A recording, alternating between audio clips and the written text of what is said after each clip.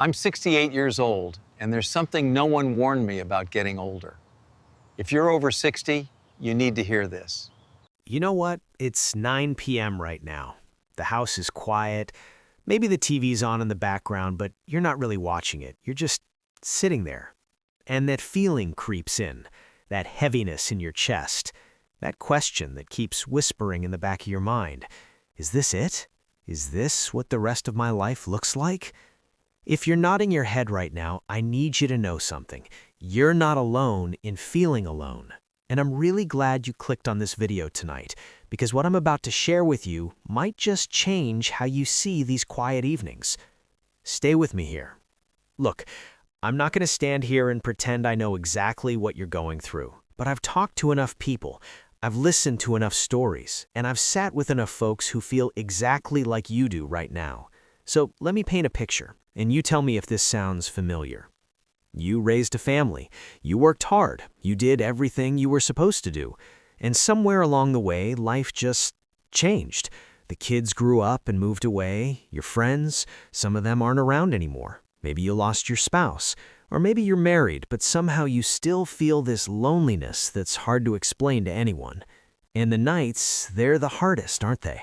Because during the day, you can keep busy. You can run errands, watch your shows, putter around the house. But when the sun goes down and everything gets quiet, that's when it hits you. That's when you feel it the most. The loneliness isn't just about being alone. It's deeper than that. It's feeling invisible. It's wondering if you matter anymore. It's scrolling through your phone and realizing you don't have anyone to call. It's going to bed knowing that tomorrow will probably feel exactly the same as today. Am I right? Here's something that nobody really talks about when you're younger. They tell you about retirement, they tell you to save money, they tell you about health insurance and all that practical stuff. But nobody prepares you for this part. Nobody sits you down and says, hey, you're going to have to figure out who you are when you're not working anymore. You're going to have to figure out how to fill your days when your life's main purpose shifts. And that's not your fault. Society doesn't prepare us for this. We're taught to build, to achieve, to raise families, to contribute. And then one day that chapter closes and you're supposed to just figure it out. But nobody gave you the manual for this part. So if you're sitting there tonight feeling lost, feeling like you should have it all figured out by now, I need you to give yourself some grace. Because what you're feeling, it's not weakness, it's not failure, it's being human. It's a normal response to a major life transition that catches most people completely off guard.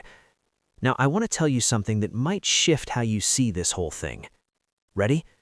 This loneliness you're feeling, it's not a life sentence. It's not your destiny. It's a signal. Your heart and your soul are trying to tell you something important.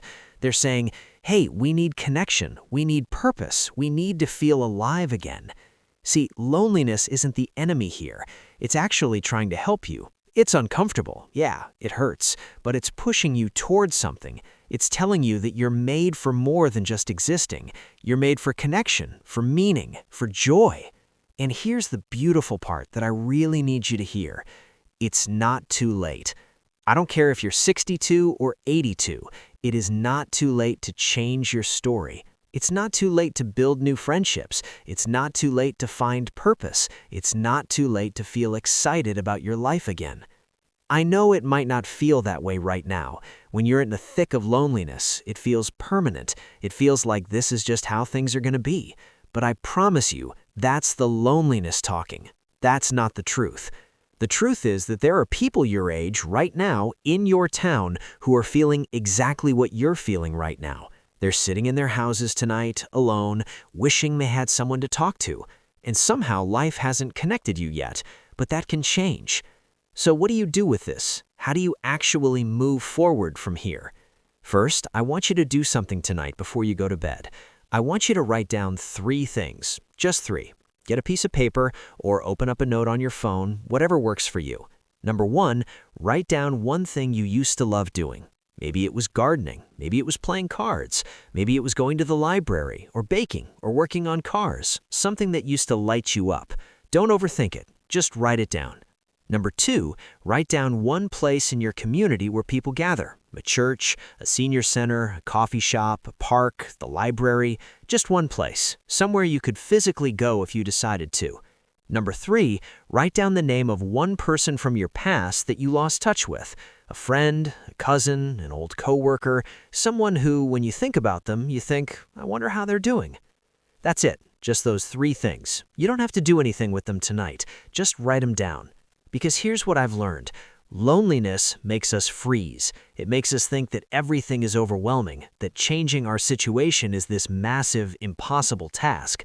But it's not. It starts with one small step, one small decision, one moment where you choose hope over resignation. Tomorrow, or this week, or whenever you feel ready, I want you to take one of those 3 things and do something with it. Doesn't have to be big. Maybe you spend 15 minutes researching that hobby you used to love. Maybe you drive by that community place just to see what it looks like. Maybe you find that old friend on Facebook and just look at their page. You don't even have to send a message yet. Just look. Small steps. That's how this works. But here's what I really want you to understand, and this is the part that might make you a little emotional, so take a breath with me. You are not a burden. You're not too old to matter. You're not invisible, even though it feels that way sometimes. Your life, your story, your presence, it still has value. It still has meaning. The world still needs what you have to offer, even if you can't see it right now. I know you've lived a long time.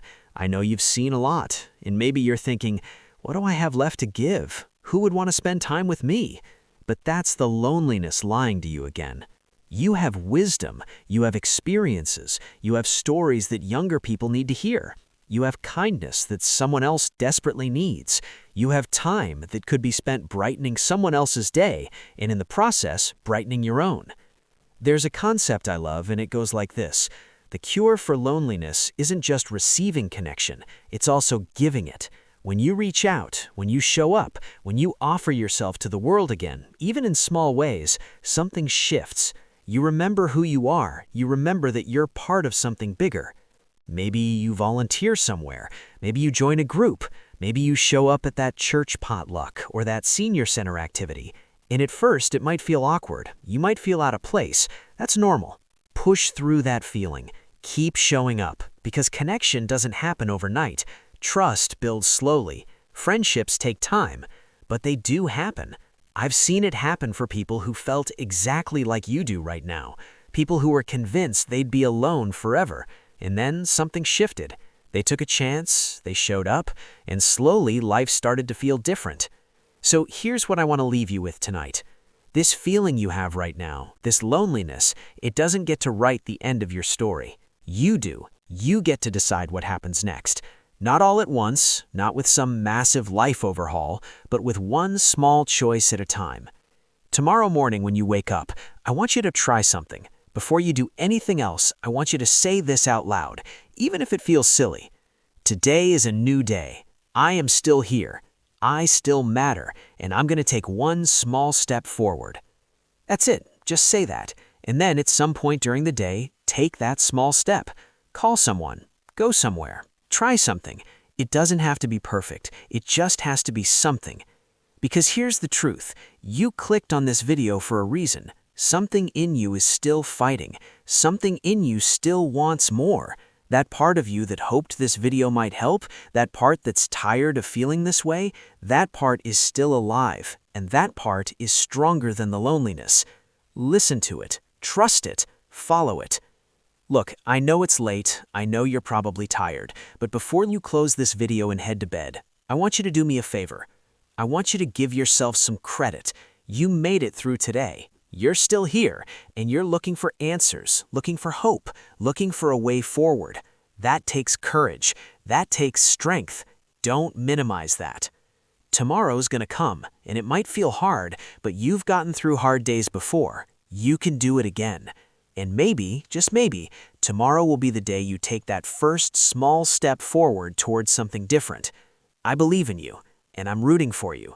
You're not alone in this, even when it feels like you are.